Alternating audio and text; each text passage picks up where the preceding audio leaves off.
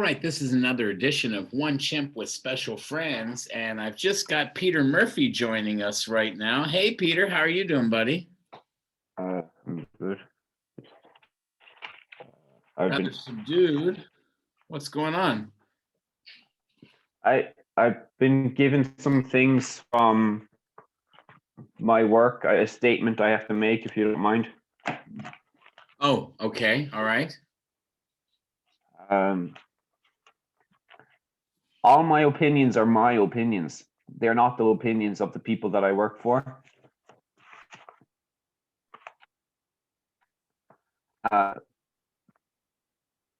People have seen in the media lately that the Turkish government has withdrawn from the Istanbul Convention. Right. So lately, my escapades into the shut the fuck up into the with women could be viewed as insensitive. I also recently did an interview with a member of the LGBTQ community, which I deleted that video after the riots in Istanbul. Right. Obviously, I do not support anything. I also said some things about the Turkish economy. Everyone should buy lira. Should buy the lira. Everyone should buy the lira. I just bought some lira. And you should. And I made a killing. Yeah, I think that's it. That's it. Right. So good. We've got the disclaimers out of the way. That is, if it's like a weight off your chest, right?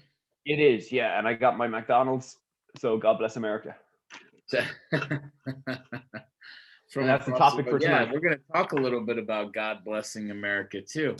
If we could just get HR1 ratified into law, that would be nice.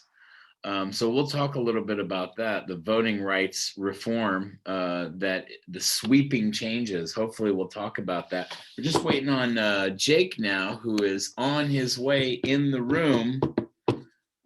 Mr. Well, I had political aspirations. There he is. Look at him, the dodgy. Look at him, such a dodgy. Right. You know, his lighting was better earlier. Yeah, this looks a little shifty. And George Kent on his way in the room. This is excellent. It's great timing, guys. Great timing. Hey, Jake, how are you doing, buddy? Not too bad. How's it going? Hey, George Kent, welcome. There's the family man. Look at him. There he is. Good man. Yes, yeah. Mother-in-law and looks like the mother-in-law was running her fingers through your tendrils of hair. Through my nostrils. You look like you got a violent hug. I've got to get a haircut. It's getting a bit silly now. George, do you ever wash your hair, George? I do wash my hair. Yes, maybe a bit too much. I wash mine only once a week. Matter of fact, now I've taken to only getting my hair wet once a week. Was that a golf club that you had a driver there that you had, Jake? No, that was a lamp. Wait, that looked just like a golf. Sorry, now. Yeah, it did. It looked like a putter or something. Oh, okay, all right. I thought he had a driver. Okay, all right. I was like, whoa, Jake. Oh, shit. Someone I just broke the lamp. Yeah. Anyway. We're recording. Podcast is chaos. Controversial. George is talking and no one can hear him. The lamp is broke. 1 minute. All right. It's gone crazy. It's gone crazy. So, welcome out again, everybody. I just gave the intro before you guys joined. One Chimp and Friends. We got Peter, we got George, and we got Jake. Jake is in Wales. Peter, myself, and I should have said myself last. And George, we're all here in Denizli, Turkey. And I heard you got curfew again, have you? Well, in the very high risk areas, there's a curfew that started tonight at 9, but we're only in the high risk area. So we'll have a Sunday lockdown, but we won't have the Friday through Monday morning lockdown. However, March 26th, they had a meeting, and our fearless leaders said that Ramadan would be locked down, including the weekend after Ramadan, the Eid al-Fitr holiday. That will be a lockdown. And, my friend is supposed to come from Indonesia during that time. And we were going to meet, and I was going to go up to Istanbul. But now you actually need travel documentation. You need a travel permit just to be able to leave the city. And they're not giving permits for just any old reason. So that is not possible. So now she's contemplating whether to come before the Ramadan begins or after it concludes. So I think she's still coming here. That's basically the bottom line. But if she comes before Ramadan, then she'll just make it like a short business trip, hang out with me here in Denizli. And if she can come after Ramadan, then she would make it more into a vacation. Tourists are not under curfew in Istanbul, and the museums are open and whatnot, but most of everything else would be closed. Restaurants would be closed, like most of everything would be closed. So I can't imagine, I can't imagine a tourist having any really enjoyable time. They're talking about us in Britain not leaving the country now as well, because they're saying if we leave, we may have a £5,000 fine. That's Right. the talk on the books at the moment. How are they like? How will you leave the country? Like, if it's not allowed, like how can you leave? Like, I mean, like, you could dive off the cliffs. Well, I'm sure. Swim. Yeah, I'm sure the flights will just stop doing it, because if they got no money, you know what I mean. But it's not a directive as of yet. But that's what they're taught. That's the kind of besides that, and going back to the office, because that's the massive. I don't know if you've seen it, George. Massive propaganda all over. Like at the moment, is the government wants people back in the office, and the only reason why they want people back in the office is because they have friends who are real estate landlords for office buildings, and they come up with these rubbish articles on Huffington Post and all that saying, oh, you miss working from the office. We know you do. It sucks working at home. And like, you look at the comment section, do you know what I mean? It's all just on F off. Do you know what I mean? They're doing the same thing. Propaganda machine now coming out. They're doing the same thing here in Turkey with education. Yeah. We had a survey that was so skewed into the negative of staying home. And that's what they're doing. And our boss, our fearless leader, is the same mindset. I love Peter's attenuation at this moment, where these people, these educators, right? They're willing to just reject science. Hey, wait, stop. Everybody has pandemic fatigue, and they're willing to just dispense with the. They're willing to just dispense with the science, because they just want to get back to normal again. And so for example, our schedule at school is going to have it that some grades come in for 2 days a week in high school, and the other grades come in for 2 days a week. And on Wednesday, on hump day, nobody comes in. It's just all Zoom from home, including the teachers. But my whole thing is, the kids have got nothing to worry about with the COVID. It's the educators that are in high risk categories. So why the hell do I have to come in 4 days a week, frankly? And it's just, it is pandemic fatigue. People are sick and tired of promoting safety, of practicing safety, because they just want to get back to normal. And I think it's pretty pathetic that people do not have enough self-esteem to be by themselves in their home, that they need to constantly be stimulated externally. I'm sick and tired of people who are just paying lip service to things like wearing masks and social distancing, when they absolutely can't wait to just turn on the economy again and get back to it. It's really disgusting, frankly, because, we could have killed this whole thing in 6 weeks if we just locked the entire country down. Absolutely. If we just absolutely locked down the entire country for 6 weeks, the virus would have died in the air. It simply would have died. Yeah. And we would have been back to normal in May of 2020. Yeah. It's an impossible feat, though, isn't it? But it's not impossible. It's really not impossible. Did it? You can't. I mean, like people. Go on. Sorry, George. Sorry. Australia's done it. You like, I've got a friend in Melbourne. He's like, it's mad. Wuhan did it. Wuhan did it. Wuhan did it. Australia, like Melbourne is a city with about 6 million people, the same size as Ankara, let's say, and or nearly as big as London, let's say. And basically, like, it was insane. Like, they had one guy tested positive, so they just locked the whole city down. Zero COVID. And like in Australia, like it's in the single digits positive cases every day. Everyone's like, oh, but Australia is a massive island and it's sparsely populated. Well, no, it isn't, because 98% of Australians live in metropolitan areas. That's right. Yeah, it's all concentrated. So that argument is bullshit.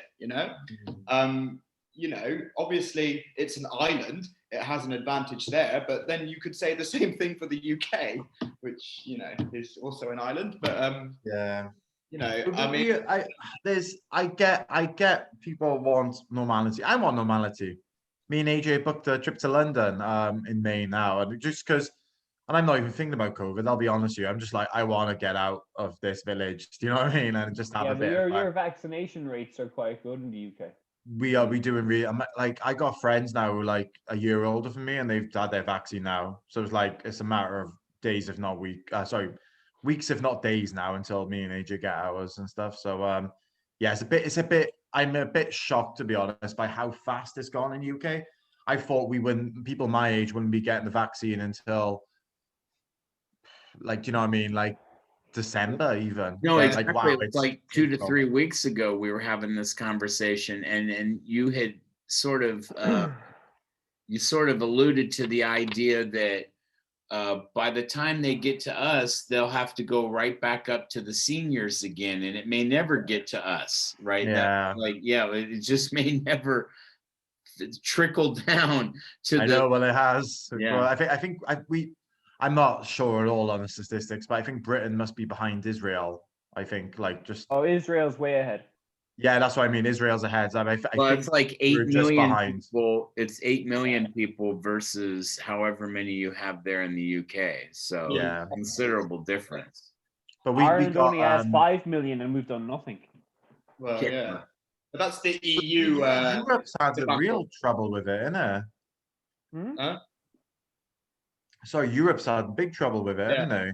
And I don't know why they don't want our vaccine. I think it's politics, to be honest with you. They've banned AstraZeneca. I'm thinking, come on, it's not that bad. Like, really, do you know what I mean?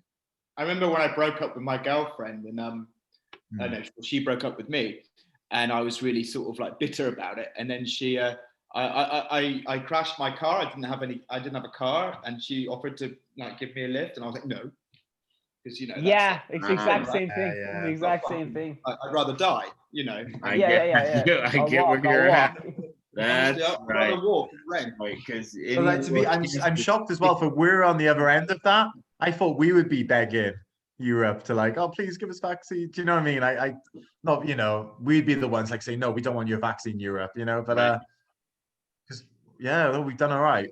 It's the one good. I mean, the rest of the whole British responsible, and it's been awful, but that's we're doing one thing with the Biden administration is we've seen like a tremendous ramp up in the distribution of the vaccine, the testing, contact tracing, and so that is a rosier picture than from the previous administration. Yeah, one thing I wanted to talk about too was the House Resolution 1 bill with this sweeping voter rights act that has sort of popped up in the news lately because the New York Times did an expose in which they revealed audio of the remaining Koch brothers Stronger Together organization or whatever, where he tries to like manipulate conservative minds to support his like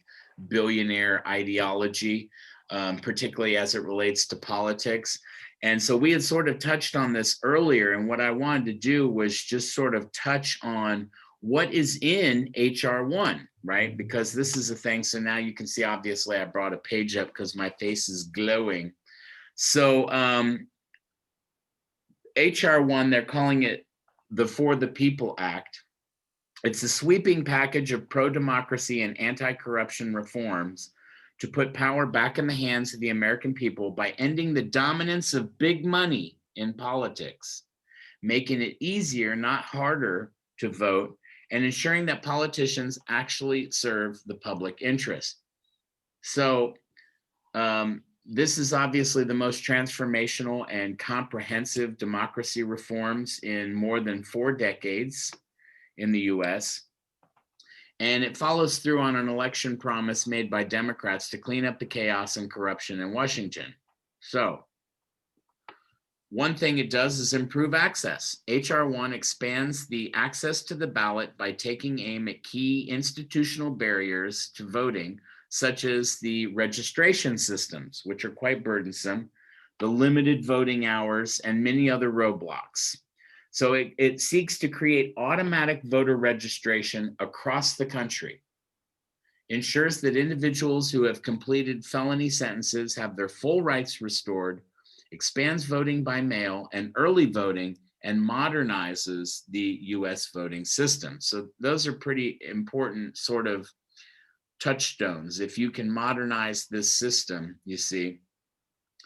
It fights back against the Republican assault on voting rights by committing Congress to restore the Voting Rights Act, prohibiting voter roll purges like the one seen in Ohio, most recently in Georgia and elsewhere. So like if you haven't voted in the last election, for example, they automatically kick you from the roll, even though you're a registered voter.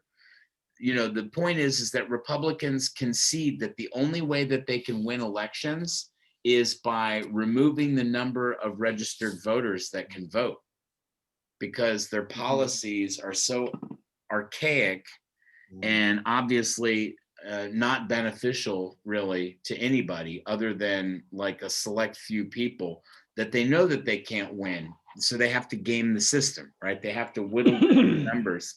So they want to ensure security. That's another thing. They want to guarantee disclosure. So they want to shine a light on dark money in politics by requiring any organization involved in political activity to disclose its large donors, right? Which will then help kind of like defeat this nesting doll system that allows big money to contributors and special interests to hide their spending. So, you know, one thing they have now is bundling, right? So your boss tells you, I want you to vote for this candidate, and I'm going to make a donation in your name. So you actually make the donation, and then I reimburse you for it. And this has been going on for a long time now, right? So this is how they get around that loop. That's a loophole where they can get around like what the maximum contribution from any one person can be. Yeah. What else they want to do? They want to fortify the ethics law, impose greater ethics enforcement on things like lobbyists and foreign agents. So obviously this is something that the conservatives are in fear of. And the New York Times revealed audio from the Koch brother that lives from his organization that's, you know, has one mission, and that mission is to make voting harder for Democrats and make it easier for Republicans and conservatives to win elections. And so what they said was, when conservatives saw the elements of HR1, they largely supported it, which, you know, they're in a panic. Their hair's on fire about this because they're like, well, what messaging can we come up to skew the lesser informed to, you know, favor our particular position on this? And they the only one message they could sort of settle on that seemed to have some traction with conservative voters was, oh, this isn't the time. We've got too many things we need to be doing right now, focusing on right now, than reforming voter rights, right? So, like, for example, we're in the middle of a pandemic, and we need to put Americans back to work, right? So that's their thing, is to try and obfuscate, you know, what the true issue is, which is expansion of voter rights. That's the real thing, because if fewer voters can participate in our democracy, right, then what's the point of handling these other things? This is the battle they'll die on as well. Because I mean, if they lose this could see Democrats in power for a long time. Because Democrats already have the balance tilted in their favor, I feel like, because most Americans actually agree with what Democrats are saying. But I mean, well, why would they resort to all this gerrymandering anyway? So so that's the one thing that I didn't read to you. What they want to do is they want to take away redistricting. They want to make it apolitical. So they want to create a committee that will rezone districts if it's necessary, but it's not going to come from this obviously political slant. So we know that apolitical organizations in America are never truly apolitical. Like the Supreme Court's not apolitical. The congressional, the CBO is not apolitical. Nothing is really apolitical. But to the extent that they can remove that from the equation, obviously that would be very helpful, because gerrymandering has been working now for decades. I'm always very a bit apprehensive about these kind of things. So like just looking through it now, in section 2101, they're like expanding it for Native Americans as well, the voting right, where they're going to try and make it more accessible to them, which is amazing. I mean, like I can imagine, because usually they're always left out. This is the thing. In a two-party system, like in America, like in the UK, like it's usually the more leftist inclined voters that are more apathetic, that usually don't bother vote. Right. Leftist, left of center, or center to left. Right. But usually right wingers, they do vote in droves. Like that's the thing. Like Republicans they've maxed out their base. Is what it is. And in terms of Democrats, it's whether they can be bothered to vote or not. Yeah. So obviously automatic registration is a fantastic idea, because that's one hurdle crossed for the apathetic or the undecided. I'm with three English teachers. What is I guess it would be the Socratic. I was just going to ask, what do we call it? Because Socrates disparaged the idea that everybody should be able to vote in a democracy. He thought only the well-informed elite should have the power and the right to vote. So I guess it's just Socratic is the word I'm looking for. It seems that Republicans are standing firmly behind this Socratic notion. And I say Republicans, I don't mean the base. I mean, the power elite within the Republican conservative machine. Yeah. They're standing firmly behind this Socratic notion that only some people should be allowed to vote. So their idiot base should definitely be allowed to vote, which would be a departure from what Socrates actually believed. And then nobody else. Only idiots should vote. The others shouldn't be able to vote. So obviously the brown, the black, and anybody else. I think it should be, honestly, I think it's the opposite, man, because when you really dive deep into it, you begin to start to chase your tail. How's that? It's like this, I don't know, it's like this never-ending, circle jerk of shit, and you never know. I mean, just like Trump's a perfect example. Like, I mean, there's a lot of things he did that I completely agree with, but at the other end, there's a lot of things that I disagree with. Then with the Democrats, half the time I'm disgusted by them. So I want to ask you what it was he did you agreed with, and then I want to, as a rejoinder to the person that is coming from Indonesia to meet me, she believed from the media there in Indonesia that the people who invaded the Capitol building were BLM. Really? And I was shocked. And then she also asked me, what is your problem with Trump? And I was kind of blown away. And now I'm questioning what the media is in Indonesia. So Peter, what did Trump do that you agree with? He drained the swamp. That's what he fucking did. Yeah. Build the wall. To reveal all his no, friends. He drained the swamp to reveal all his friends were at the bottom of it. No, I mean, The only look, bill he passed was tax cuts for the rich. Yeah, tax No, cuts for the rich, Peter. Yeah. You just sold the plot of land, didn't you? Fantastic.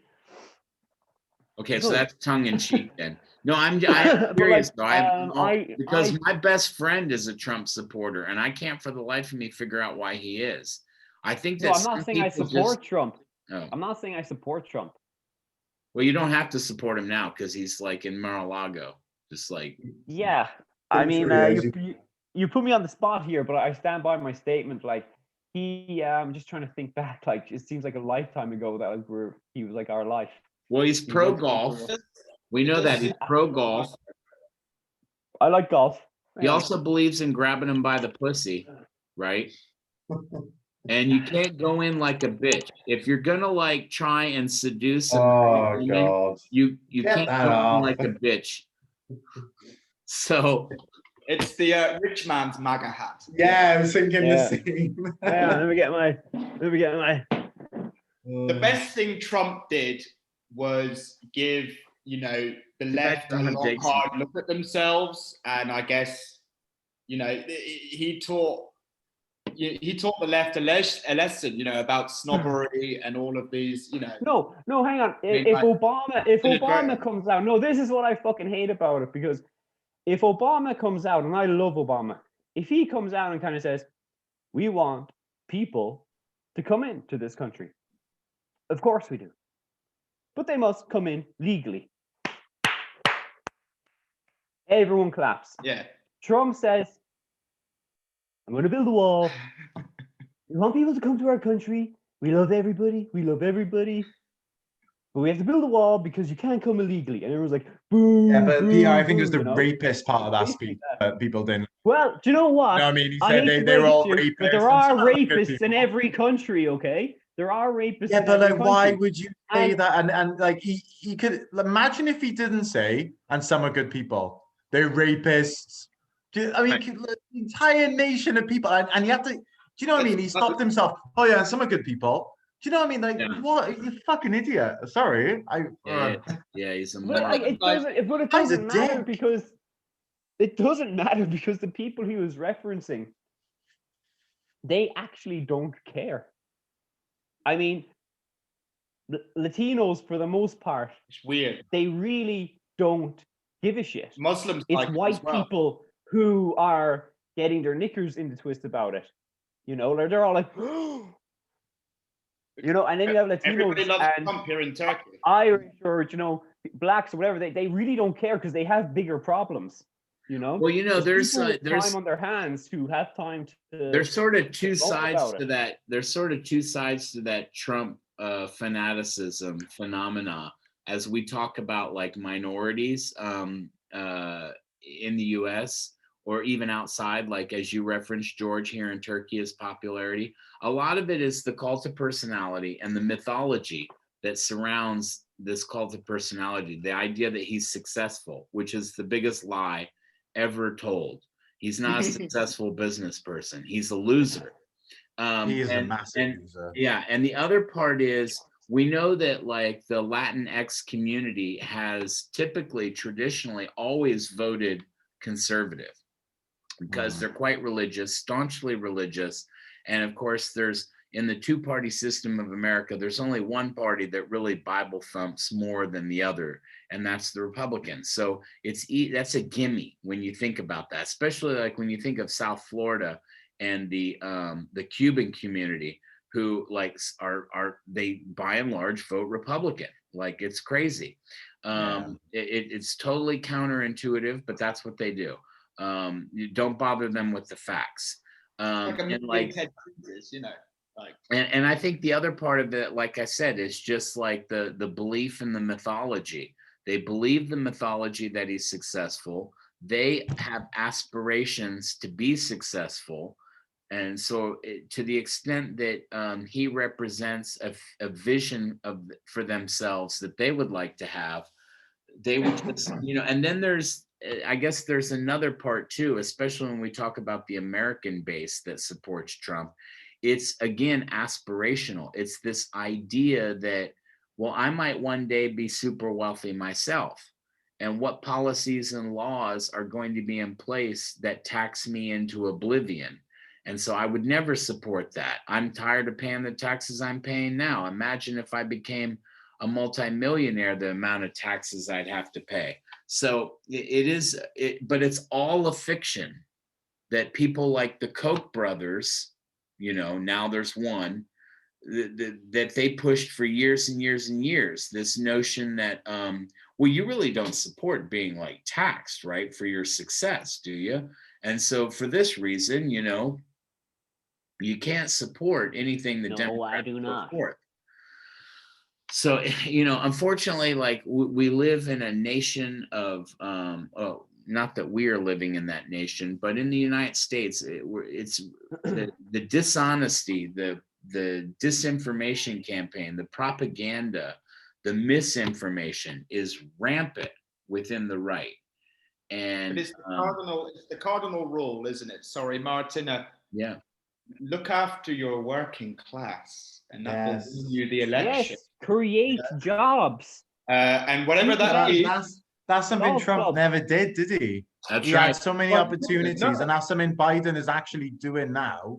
That's right. Compared to him with this New Deal bill, Joe will forget about it as soon as the meds kick in. Go on, Joe. Sorry. Almost like Trump is like I'm doing this for your own good. Maybe he was like anyway.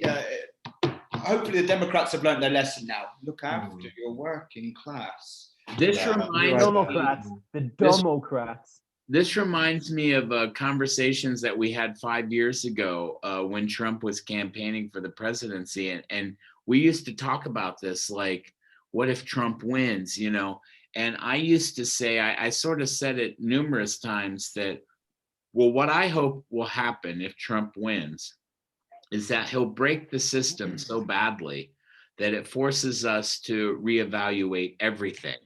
And in some ways, that's exactly what's happened, right? We've been forced to reevaluate so many things because he lit so many fires without putting them out. He just lit these bonfires and ran off, to the extent that an overweight 70-plus-year-old man is able to run away from fires that he starts.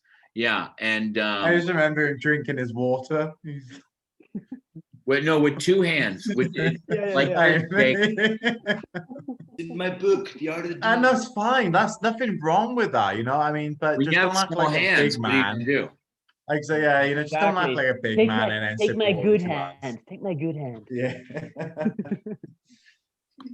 Look, I don't support Donald Trump, but I think this was in my mind because I just watched a video and I'm easily influenced on Joe Rogan, where the Wuhan, the New York Times is trying to debunk the Wuhan lab leak theory. Right. And one of the reasons they think they're doing that is because it was a theory that Trump pushed hard. So if Trump said it, therefore it can't be true, but it could very well be true. So that's why I'm kind of like, look, the guy's an idiot, but that doesn't mean that he wasn't right. 2% of the time, maybe? I don't know. I mean, look at it this way. As it stands right now, we're either expected to believe that it leaked out from an open air meat market, right? Or it came from a lab. I'm more inclined to believe that, it could have come from a lab, right? It could have come from a lab. It's reasonable. It could have come from eating an animal as well, Omar. In this day and age, it could have come from a lab. It certainly could have. Spanish. All right, I'm Irish again. Yeah. I don't know. Cuban revolutionary. Comrades, I change easy. How do you have that Trump hat, Peter? That's what I'm curious to know. Oh, I'm a member of his golf club in Ireland. Christ in heaven. This guy's got ulterior motives, But no, Trump's foreign policy, can't really moan about it, considering the last 50, 60 years, well, I don't know, I disagree with that. I think his foreign policy was not, but like, why was he so friendly with dictators and not his allies? You know what I mean? Yeah, I don't think it was very clearly defined what his foreign policy was. We know that he was non-interventionist. We know he didn't want to start more wars, but we also know that he didn't really do much. He's kind of a flaccid, impotent man himself. And so, of course, he didn't really do anything. I mean, he golfed like 680 times. His wife is hot. His wife is hot in the way that a man is handsome. His wife is hot in the way that if I were 72 and she was my wife, I'd be really happy. Yeah. I mean, I don't know. Come on, man. She has a strong jawline. She don't love me. Does. And her hands are bigger than Donald Trump's too, so that's kind of weird. Have you seen the disdain on her face when she like looks at him, like the whole slapping of the hand? I love. Would you really be happy with that? I love women who look like they're disgusted by you. No, that is a very powerful aphrodisiac for a lot of men. Like, get away from me. I like my women to loathe me. Which kind of reminds me, we've all been there before in some measure or another. By the way, there's no alien disclosure in this House bill, which I found very disappointing when I flicked through it. It's very long, by the way. Like I told you, the clock is ticking. We have about 5 months now before the intelligence community needs to reveal all they know, and I fully expect them to not honor that, because I can imagine that there will be some real bombshells that they simply aren't going to admit. They're just simply not going to reveal, because there's no reason why they should declassify anything ever for any reason. Like, at least Jesus came back. He's in Area 51. He's in Guantanamo or something like that. Yeah, that brown bastard. Yeah, I have no interesting new UFO news. I haven't really been paying attention with that subject lately, but clearly it will be interesting if that day comes in the next 5 months that the Pentagon or the CIA or NSA or NRO or DIA or any of these others have to reveal something. That would be very interesting. I think the Pentagon said it all when they said that they were in possession of off-world vehicles that were not made on this earth by people, nor were they made by any materials that came from Earth. I think once you hear that admitted by the Pentagon, that really seals the deal about whether or not these things. Yeah, but it's kind of like, would you just say it? It's like, what is this? It's an off-world vehicle. Well, no, listen. People. So, I'm like, so aliens, not people. Well, I mean, the thing is that the mystery is so deep and it really is such an incredibly deep unknown that you really can't say with confidence. All you can say is what you observe, which is that we're in possession of these things. We don't know where they come from. We don't know exactly who or what made them. We don't, I mean, you know what I mean? All you can do is report in a scientific way that it's the same idea that if you see something in the sky that you've never seen flying through the air on Earth, you can't just immediately say that you know it comes from another world, because it might come from another dimension, right? It might come from an alternate parallel universe. It might be just a window opening for the briefest moment in time that allows you a glimpse, and that you're not actually seeing something flying through your sky. You're seeing something fly through another sky in another realm, and the window simply opened short enough period of time for you to glimpse it. You know what I mean? Like, it truly is unidentified. For the people who might get angry about me calling Jesus a brown bastard, 1, born in the Middle East, so he was probably brown or was brown. 2, didn't know his father, born out of wedlock, bastard. So,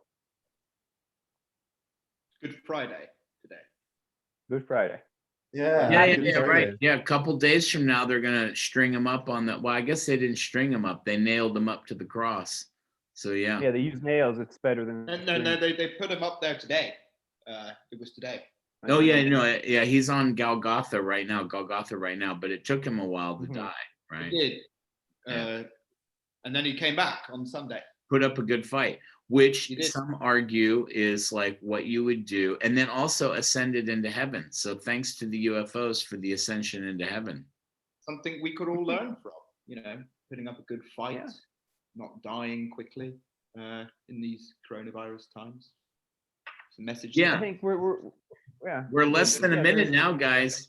So I just want to thank everybody for coming out, George and Peter and Jake. It's kind of we had sort of an ad hoc night tonight. We talked about a few different things, right? Hopefully some of the chemistry was still there, but I want to thank my guests for coming out and wish everybody a safe and happy, what is it in this religious calendar right now? I mean, Easter Friday. Sunday. Good Friday. Yeah, it's Good Friday. So Easter Sunday is still a little ways away. I gotta go on home, British bastards, go on home. Have you got no fucking home of your own? For 800 years we'll fight you without fear, and we'll fight you for 800 more. I like that. Oh! That's good. No, right?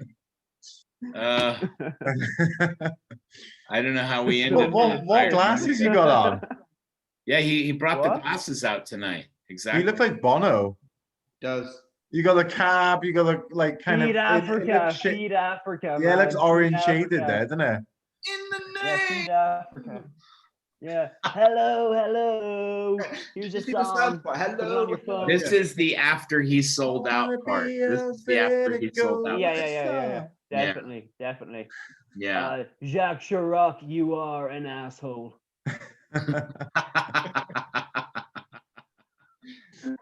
Good times. I've got nothing tonight to offer, really. Only that I like Trump a little bit, but not. I know really. that was a different hat. Come on, that was good. That was a shocking reveal. The man made me laugh, and I can always appreciate someone like that. I've caught myself laughing at him a couple of times. I gotta be honest. And I have no update on Mr. M. No update on Mr.